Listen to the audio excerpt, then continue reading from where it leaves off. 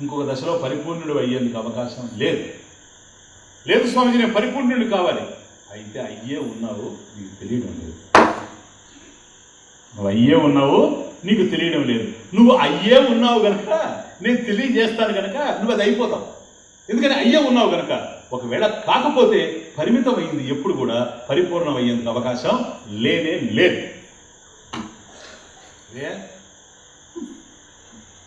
అర్థమైందా బాబు?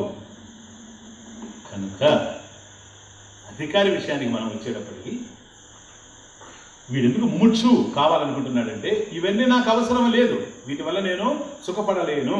కాబట్టి శాంతానాం వీతరాగిణాం ముముక్షూణాం అపేక్షేయం అయం ఆత్మబోధ విధీయతే. అపేక్ష అయం ఆత్మబోధ విధీయతే. వాడు కోరదగినటువంటిది ఇది ఒక్కటే. ఎందుకని అవేవి పొందిన అవకాశం లేదు. నువ్వు యోగం చేసుకో, ధ్యానం చేసుకో, ఏమన్నా చేసుకో, వదిలేస్తాను నీకు, నీ సంస్కారానికి వదిలేస్తాను. నువ్వు ఏమన్నా చేసుకో, ఏదో పొందుతావు, మోక్షం మాత్రం నీకు. ఎందుకని వాటి వల్ల మోక్షాలు. పతంజలి మహర్షి యోగ దర్శనం రాశాడు, మీకు తెలుసు, చెప్పాను కదా. షడ్దర్శనాలు యోగ దర్శనం ఒకటి, యోగం పతంజలి. పతంజలి మహర్షి రచించినటువంటి యోగ దర్శనానికి వ్యాస భగవానుడు వ్యాఖ్యానం రాశాడు. ఉత్తర మీమాంస. ఓకే, అదే ఆయన విశాల హృదయం అనుకో.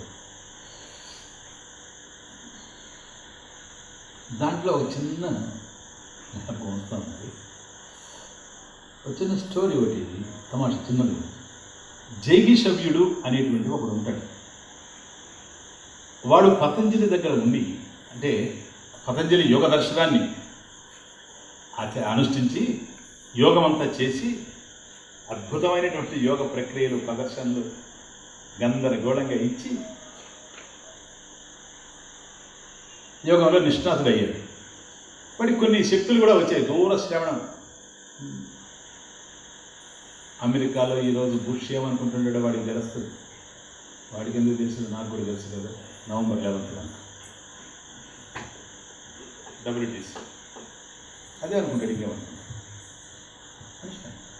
దూర శ్రవణం, దూరదర్శనం, దూరంగా ఉండేవి కనిపించడం, దూరంగా ఉండేవి వినిపించడం, అవసరమైతే చిన్నవాడిగా అయిపోవడం లేదా పెద్దవాడిగా అయిపోవడం, లఘు, గరిమ, ఇవన్నీ కూడా వచ్చేసాయి.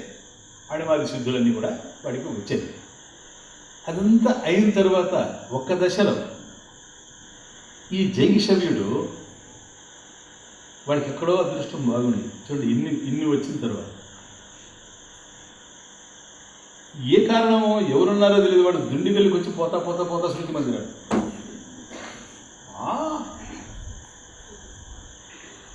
అసలు వాడు దుండిగల్లికి ఎందుకు వచ్చాడో, వాడు నడవాల్సిన అవసరం లేదు, లఘిమ గరిమ అన్నీ ఉన్నాయి.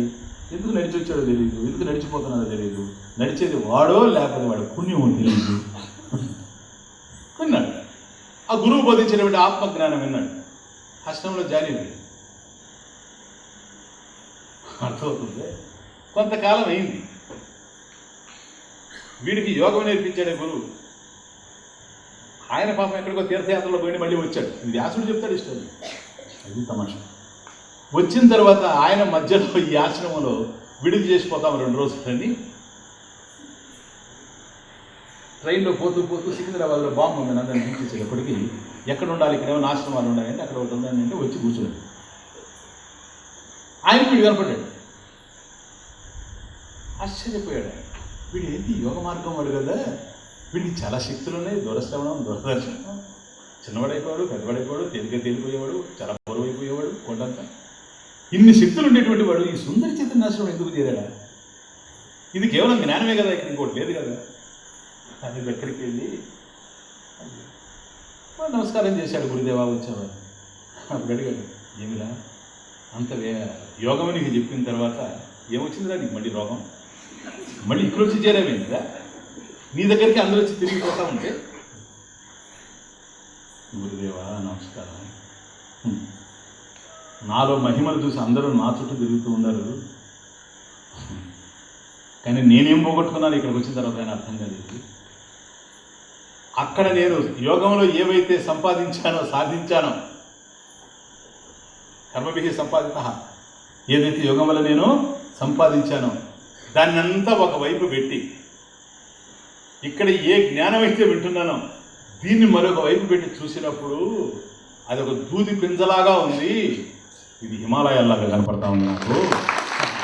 అందుకని దాని వైపు పోలేకపోతున్నా, దీని వైపు పోతున్నాడు జయకిషోర్. వాస్తవం అర్థమైతే అంతే. మోక్షం కావాలి అనుకునేటువంటి వాడికి అంతకన్నా అన్యమైనటువంటిది ఏది పొందినా దానివల్ల అది వచ్చింది అనేదే ఉంటుంది, కానీ ఏదో లేదు అనే వెలితి మాత్రం అది హృదయంలో ఉంటుంది. దాన్ని తీసేసే అవకాశం లేదు. అలా కాకుండా ఆప్తకాముడుగా, నిత్యతృప్తుడుగా, నిరాశ్రయుడిగా ఉండాలంటే ఆత్మజ్ఞానమే ప్రధానమైంది కనుక అటువంటి ఆత్మజ్ఞానానికి అధికారి ముముక్షు. ఈ అధికారికి వివేకము, వైరాగ్యము, షట్సంపత్తి, ముముక్షత్వము ఇవన్నీ ఉండాలి కనుక వాడికి ఇదొకటి తప్ప రెండవది లేదు కనుక ముముక్షుణం. అదే ఆత్మబోధ స్టార్ట్ చేస్తున్నాం. ఎందుకు వీడే అధికారి అంటున్నామంటే ముముక్షు, మోక్షమే పోయాది ఇచ్చా, ఇంకా రెండవది వద్దు సార్, ముక్తం ఇచ్చుహో, నాకు కేవలం ముక్తే కావాలి, బంధం లేని స్థితి కావాలి, దుఃఖం లేని స్థితి కావాలి. చూడండి ఎట్లా ఉంది. అందువల్ల అదొక్కటే ఆలోచన వెరీ ఇంపార్టెంట్. ఇది పురుషార్థ నిశ్చయం. ఇది లేని వాడికి అది తప్ప అన్ని ఆలోచనలు ఉంటాయి. వాడు ఆశ్రమంలో ఉన్నా కూడా అది అందుకని అర్థం కాదు శాస్త్రం. శాస్త్రం అర్థం కాకపోయేది ఏం లేదు. ఇవన్నీ కలత పెడుతూ ఉంటాయి. మన మనసులో ఏవైతే ఉన్నవో, అనాత్మ విషయాలు ఏవైతే ఉన్నాయో ఇవన్నీ కూడా మనం కలత పెడుతూ పోతూనే ఉంటాయి. అది వచ్చినట్టు బాధ కనుక సుతేరుతాయ సుత్యంతం బ్రహ్మైకం ప్రవిచింత్యతాం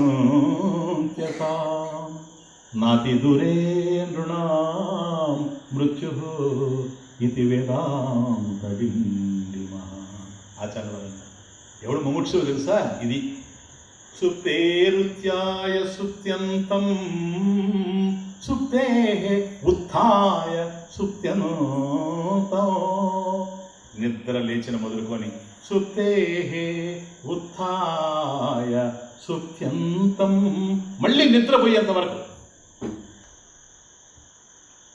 బ్రహ్మ ఏకం ప్రవిచింత్యతాం, బ్రహ్మం విషయమే ఆలోచిస్తూ ఉండండి. అడుగు మోక్షం. నిద్ర లేచాడు అంటే కర్మ స్టార్ట్ అవుతుంది. ఏమి కర్మ స్టార్ట్ అవుతుందో తెలుసా వాడి దగ్గర? భగవంతుడు తెలుసుకోవాలి. వాడు కర్మ తప్ప లేదు. ఇప్పుడు ఏ పనైనా చేసుకోవాలి. మనసులో నడిచేది మాత్రం బ్రహ్మచింతనమే. ఎందుకని? నాతి దూరే నృణాం, మనుషులకి మృత్యు చావు అనేటువంటిది అతి దూరేనా, చాలా దూరంలో లేదు సార్. నాతి దూరే, అతి దూరే నా అనుకుంటారేమో. నేను ఎప్పుడో చనిపోతాను, నాకు మృత్యు ఇప్పుడు రాదు, మరణం ఇప్పుడు రాదు, నేను ఎప్పుడో చచ్చిపోతాను, అందువల్ల ఈలోగా బతికిన వాళ్ళంతా చంపుతాను ఏదో ఒక విధంగా. అది కాకుండా నాతి దూరే నృణా మృత్యు, మృత్యు అనేటువంటిది, చావు అనేటువంటిది ఎంతో దూరంలో లేదు. నా అతి దూరే, అతి దూరే నా ఎంతో దూరంలో లేదు. ఇది వేదాంత డిండిమహ. వేదాంత భేరి మ్రోగిస్తూ ఉంటుంది. డిండిమహ భేరి గర్జన, ఇది గర్జన, వేదాంత గర్జన సార్. ఇది ఏ అబ్బాయి పుట్టావు, పెరుగుతున్నావు, ఏ క్షణాన రాలిపోతావో తెలియదు. అతి దూరే మృత్యు నా, ఎంతో దూరంలో లేదు. కాబట్టి సుప్తేహే ఉత్తాయ సుప్త్యంతం, నిద్ర లేచిన మొదలుకొని మళ్ళీ నిద్రపోయేంత వరకు బ్రహ్మైకం ప్రవిచించదాం. కాబట్టి బ్రహ్మ విషయమే ప్రధానంగా లక్ష్యంగా ఉండాలి. నాకు అదే కావాలి, అదే కావాలి. ఒక ఈరోజు పోయింది, నిన్న పోయింది, ఇట్లా రోజు పోతూ ఉంటే ఎట్లా? నేను ఎప్పుడు భగవంతుని తెలుసుకుంటాను, ఎప్పుడు సాధన చేస్తాను, ఎప్పుడు మనసును శుద్ధి చేసుకుంటాను, ఇంకా ఈ ప్రపంచంలో కావాలనేటువంటి పేరు ప్రఖ్యాతుల మధ్య పోవడమేనా అని ఎవడైతే ఆలోచిస్తూ ఉంటాడో వాడు ముముక్షు, వాడు అధికారి. అటువంటి అధికారికి ఆత్మబోధ విధీయతే. మోక్షస్య ఏక సాధనం బోధ తద్ ఆత్మబోధ విధీయతే క్రియతే.